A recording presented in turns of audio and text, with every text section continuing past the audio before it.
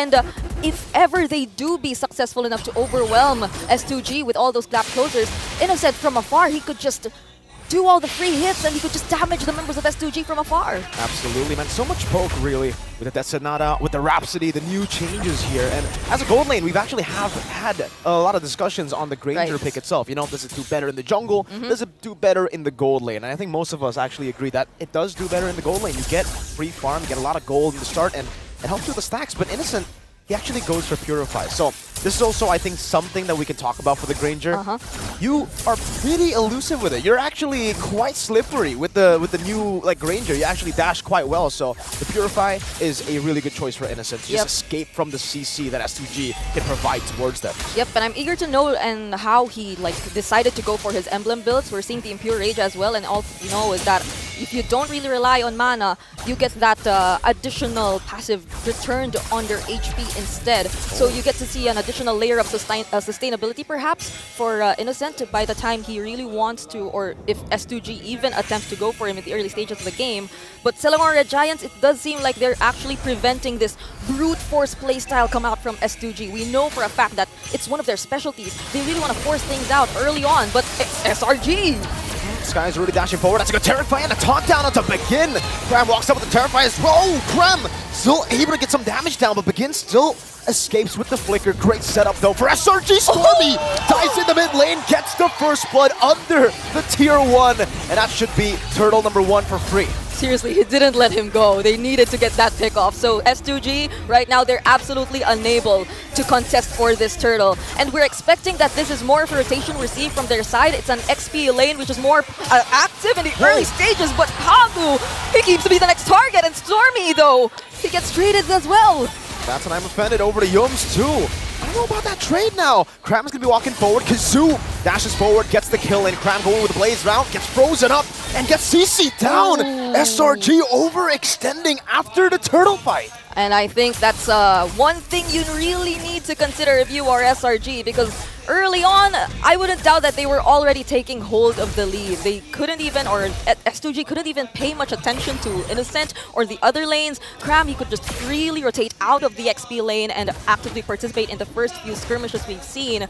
But this might actually backfire if they do not manage things well. S2G, if we were talking about SRG's ability to close the gap, S2G can't do the same. They have high mobility heroes, and speaking of closing gaps, that's the Flicker forced out for Karam. Yep, already a big resource burnt out there. 50 seconds for the turtle, so they have that resource already burnt out. It's great to deny those crazy engages. Lunar walks up, gets the I'm offended. It's a bit more poke over to Cram, who will just sustain back up on the Khalid. Here though for S2G, it really seems like early on, maybe they didn't have those ultimates to fight with. But turtle number 2 onwards, they should have these big ults that you were talking about. Yep. Frigid Glacier for Begin. There's also a risk that Stormy takes it though. He's in the bush, gets the I'm offended over to Lunar. Now also Raging Sandstorm, great flicker from Lunar. Skies walks in, Frigid Glacier will be able to stun him up. Skies brought back into the turret, poke down as well by Begin. And both teams will decide to disengage. 18 seconds for the turtle to spawn in the game. There's a team fight that happened once again right before this turtle that we were talking about. And S2G Esports, it seemed like they really were able to adjust on the fly. They're taking things a little bit more slow because they know that either way, the most important aspects of their lineup, it's not really being noticed here by SRG as of now. Really, Sigiboom, he's just able to take his farm, and it might be this time that we see him also take part in the action. Good retreat from Kazoo, good disengage from S2G. They know that SRG have a lot of CC, so they just go for the objective and bounce. Yep. Right now, though, this might be the point where S2G gradually focus on the things they want to build up on, which is really Sigiboom, because at this point, if they really want to be more active in terms of the team fights and they really want to be more confident, then it might just be time that they really need to include their damage dealers. Because even though SRG, they've been really aggressive in the first few portions of the game, we saw how S2G is able to deny them of that. They're able to interrupt these aggressive plays coming in from Selangor Giants whenever Lunar is part, whenever Begin uses a beautiful timing of the Frigid Glacier. So they really just need to complement it with enough damage, and they get higher chances of turning things around.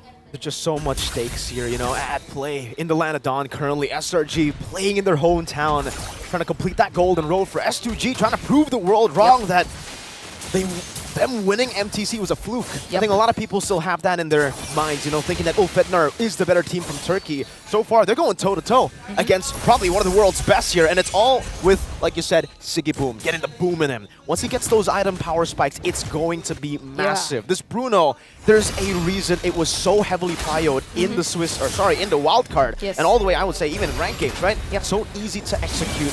And you can see the S2G, at this point, they're really just stopping SRG's way to try to take turrets and snowball. I agree, because this is the usual kind of Bruno gameplay you really witness, right? But wait, before that, speaking of the Bruno, Sigiboom. Yep, this is all good for Sigiboom. He wants to go for those fights there. Has the Haas claws, I believe. That's why he's able to sustain back up. And Turtle is going to be spawning up top. SRG tried to get Prio in the bottom lane, and now they're rotating. Yep, but Pagu, you know, this roamer for S2G, the moment he came in, he really brought a lot of changes to S2G in the way they play their games, in the way they really adjust and explore some new strategies. We know them to only stick for the 4 Protect 1 strategy before, but now we're seeing how they can really just adjust on the fly, but begin! Passive already. Procced in, Begin will be able to flicker out, but again, big resource spent already. Cram will have the flicker too. That's another from Innocent, just trying to read out some of the positions from S2G. Cram heals back up. Now Lunar, though, he goes in once more! Right, I'm offended, and that's Raging Sandstorm that catches Begin in the back. Will be caught. Pops in Frigid Glacier earlier. Lunar's still there, and it's going to be free hitting for Sigiboom into there. Kazoo with the dive. Sky's taken down, and it's still catting away as Kazoo goes in. Yum's isolated from the rest of the team, and Kazoo will double kill his way into a Turtle Prio. Stormy with a Terrify onto the midst of it all. Going for the guiding whip, but gets boomed down by Mr. Sigiboom. And Pagu, Innocent, will be forced back on this Granger, and it's a win for S2G. You would think that would have already worked for the Selangor Red Giants, but S2G, Lunar decided to pick a fight at the exact same time. They also had the resources, they had proper counter engage. Yums was also there, he was able to zone out enough members here from S2G Esports, but they seemed like they were just prepared to take on the fight that sustained. You can actually feel it from S2G, and it's not just that, it seems like they're able to capitalize a lot more on their innate mobility. It's so crazy. We were talking about the range for Innocent too, but what he makes up for in range, I think he lacks damage. Innocent hasn't really been able to put on the damage onto S2G. Maybe this Granger pick was just not that good against healing. I feel like the Mathilda has really been able to help them out in these sticky situations but it does seem like we're just going to get back into the game again. S2G are in the lead. SRG, do they have the late game power to actually play through these team fights? Yep, they have a lot of AoE, if it's just that.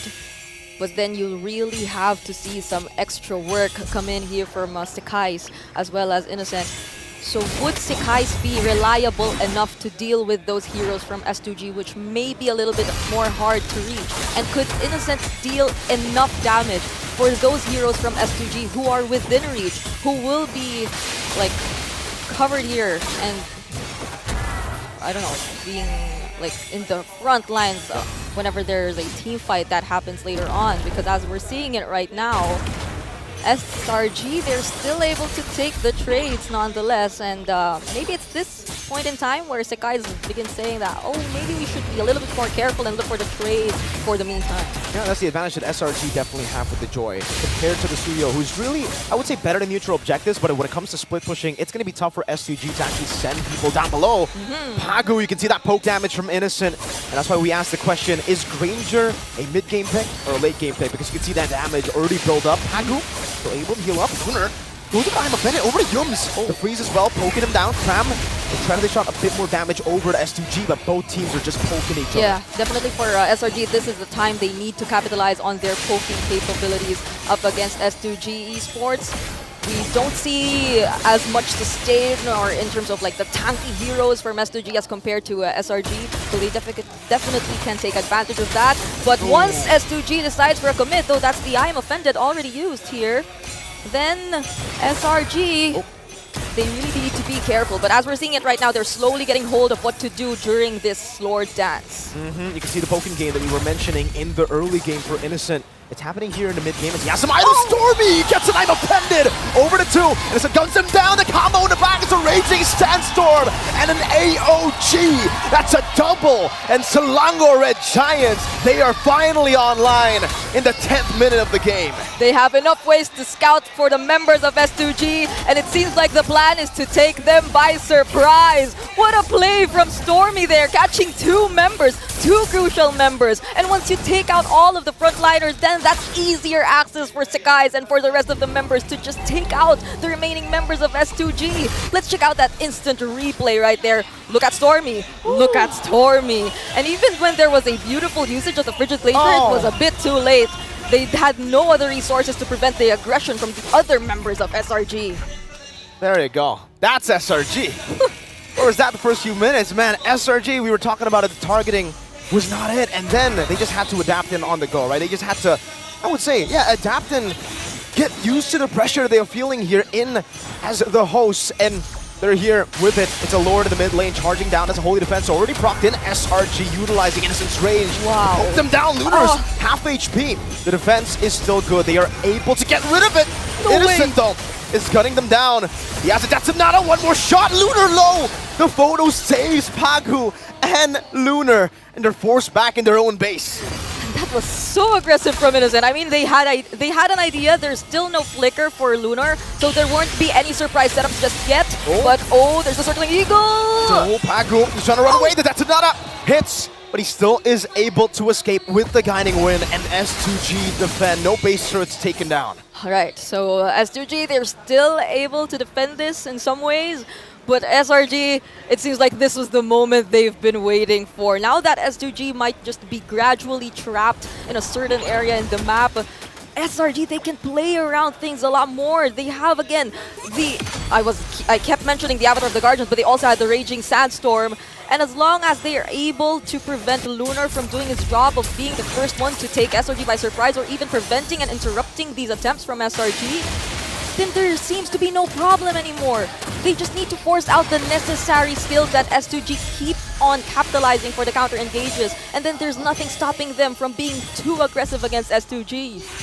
And at this point, I think for S2G, the game plan is we're just going to try to out-sustain you in the fights or get a massive combo.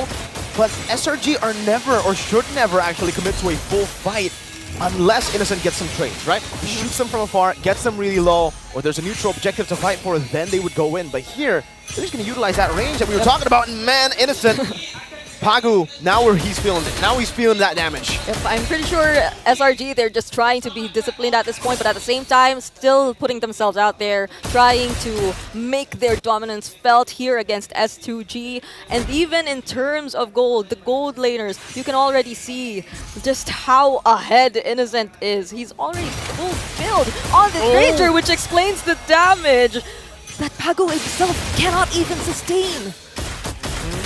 Now, it gets really concerning for S2G because they do not have catch that can actually go for Innocent. And if you do dive in, you're going to be caught by all the sustain. Lunar's low again. Every single time you walk on a base, that's a circling eagle. This very aggressive Pagu. He goes away. Cram Raging Sandstorm and the flicker to read him out. Pagu in the skies. Doesn't even matter. He was able to set up for an anticipated guiding wind dash towards that area. But even then, he flickered towards Pagu, taking out that sure pickoff, and now S2G Esports, this might just be an attempt from SRG to again commit a team fight, but they walk safely towards their tier 3 and force out the Frigid Glacier as well from Lunar. It's a bait, or a trade rather, Innocent with the flicker, or sorry, Purify, baited out by the Frigid Glacier there. Still think for SRG though, they're just going to take it slow, right? There's no reason for them to actually push in, and even though Innocent uses Purify, it's a safety net that you lose out, but when it comes to the siege, you're never really going to be in a position where you should be caught, right? You have so much range, and they're just going to use this with Innocent on it. Let's see how they manipulate these waves. Is it going to be a three-wave push, or are they going to take it slow? It seems like it will just be a three-wave push. They're looking for possibly the end. Yep, and this mid lane turret won't last for long. S2G Esports, they might have a difficulty trying to defend this. I don't know if they want to look for a play still, given this much of a gold lead in the hands of SRG. But they're only able to take out one inhibitor turret so far, and there are other waves coming in, but they will have time to defend these incoming waves from SRG. So it seems like even for SRG, they're not trying to force things just yet. They're actually quite scattered around the map, and they're probably waiting for more information regarding S2G. They do not want to force team fights in areas where S2G might have higher chances of turning things around, but uses the Avatar of the Guardians to get away, and oh no! Yeah, Sky is overextending, but it becomes a pretty good trade, in my opinion, right? Despite Sky's getting taken down, he did get a few hits there, and it's a base turret in the bottom lane, which is a far lane. There are no objectives for the next 30 seconds, so S2G getting the kill, trading it for a turret is actually worth it for SRG. Yep. They're now becoming a little more aggressive. They get out of their base, and Kazoo might gradually be able to get hold of his buffs once again. But that doesn't mean that SRG will be backing out anytime soon. Scram still shows himself out there. Oh, Kazoo gets caught! That's a runner crown. Stormy gonna be caught in I'm offended too. Able to flicker out to safety as a Frigid Glacier gets placed down. Stormy! Boom down. Sigiboo still doing some damage. Dodging away from the Detonata as Kazoo dives in onto Yums. 40 seconds still. There are no objectives for S2G to take. So SRG losing out some of these members is still okay, unless they go for these turrets and siege it down. That's a tier 1, almost falling. Sigiboo needs a few more shots in. Innocent can't walk up. Oh! If that was a crit, it could have been different. Innocent surviving just barely, will walk away. 27 seconds for the Lord. And it seems like they're gradually evening out the map. Mirko, this wasn't the scenario we've seen earlier. Even Crab, he's being the recipient of the damage from Sigiboom.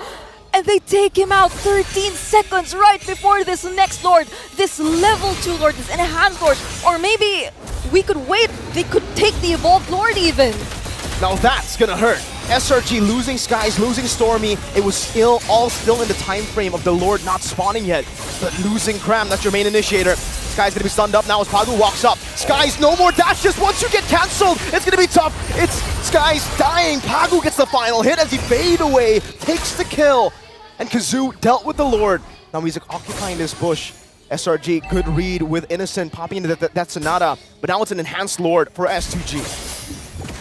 Why did it feel like, even though SRG had the range, they really found it difficult to commit the team fights when S2G were being extra careful under their base. And now that they're outside, they're being more aggressive than ever. One another! I'm offended! And a Frigid Glacier too.